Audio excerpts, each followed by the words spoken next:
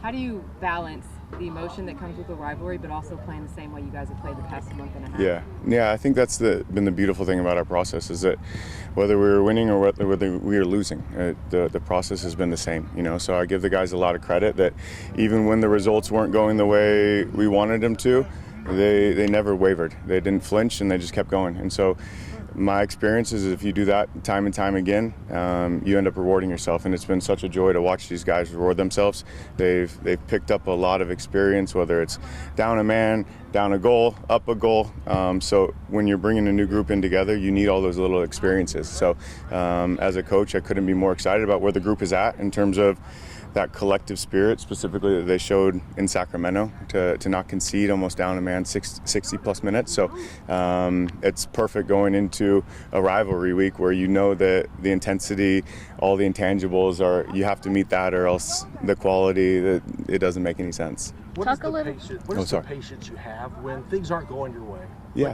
But you keep the grind, knowing it's going to bear fruit. Yeah, no, I think it's one of those things as a coach, you are strongly convicted about certain things and how you can play and how you can create chances. And what I would say is that even though we weren't scoring the goals, some of our chance creation was still good. We still led the league in terms of corners created. We're getting to the end line, lead the league in touches inside the box. So some of these indicators, the KPIs that we really value, were there, and it's just mathematically it will balance itself out, if you keep creating those same chances. And what's been so fun about this group is that you bring 20 new guys together and we get a little bit of a rhythm, and then we add in 3 or 4, 5 new guys, and then it takes a little bit of time to get the chemistry back the way it is. And like I said, so much credit to the guys that they just kept pushing forward even though they weren't getting exactly what they wanted, and I think we're better off for it. Talk to us a little bit about Brooks. He has developed quite to be the keeper. Yeah. He stepped up right after Logan got injured. Yeah.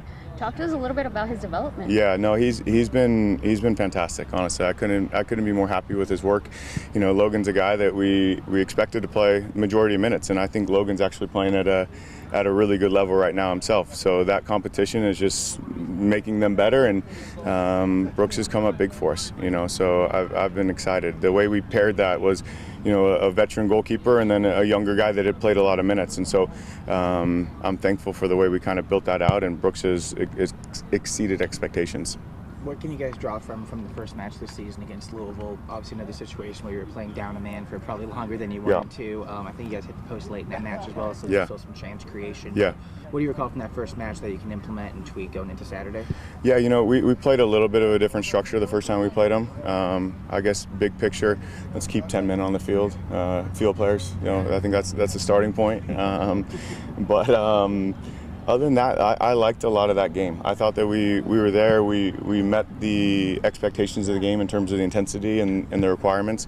And then I think that they're so aggressive. They want to press. They want to make the game chaotic, and we want to try and calm the game down. And so you love games like this. It's going to come down to who can execute their style of football better, And so they're a great team. We've got a lot of respect for them, but it's a battle you're going into fully expecting to be successful. I mean, the atmosphere you guys are expecting to have on Saturday, it sounds like it'll be a sold-out crowd. You guys have been performing well at home of late as well. How much can that be something that you guys feed off of and turn to tide in the match? It's going to be massive. Going on we were 4 games on the road, and so we miss our fans, and I think being on the road makes you, not that we ever didn't appreciate them, but man, they're the best fans in the championship, and so you feel the support. You feel when the guys are tired, and you feel them injecting life into the group. It's a group win, fans included. So we're excited to be back at home, and we know it's a big one, but I think the guys are ready for it. Talk to us a little bit about your award, kind of going into this week, especially with such a big matchup.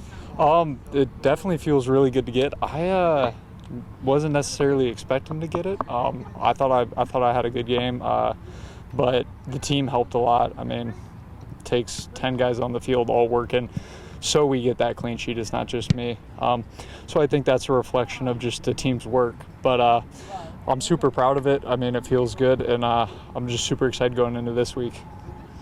Brooks, once you stepped into this role starting, you kind of just have embraced it. How do you keep the mindset the same game after game? Obviously, the results have been showing. I think it's just, for me, I just go out there and try to do best I can. I mean, we train out here, and that's really most of the preparation. I feel like we're very well trained here, so just let that take over, and yeah. What does this weekend mean? There are matches, and then there are matches. Yeah, no, this is super cool.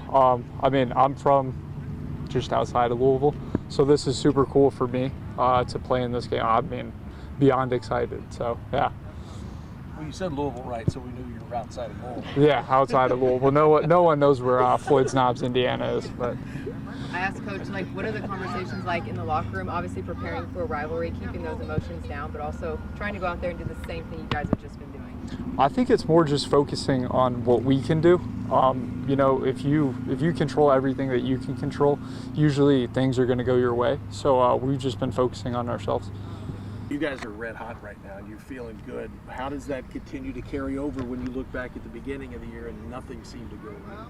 Yeah, I think it took a while for us to get together. You know, as a team, we a lot of players coming together, and obviously the biggest thing was us being resilient when the momentum was not going well for us, and I think finally when we won against New Mexico at home in front of our fans, that momentum changed completely, and after we did a great job keeping that momentum going, and I think that's something that we really every week we want to do and keep the momentum going. So.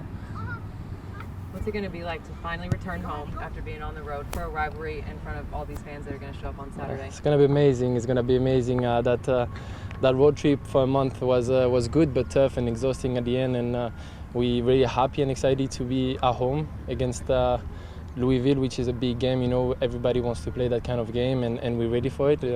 More especially in front of our fans, it will be really exciting, and we want to bring our A game for them.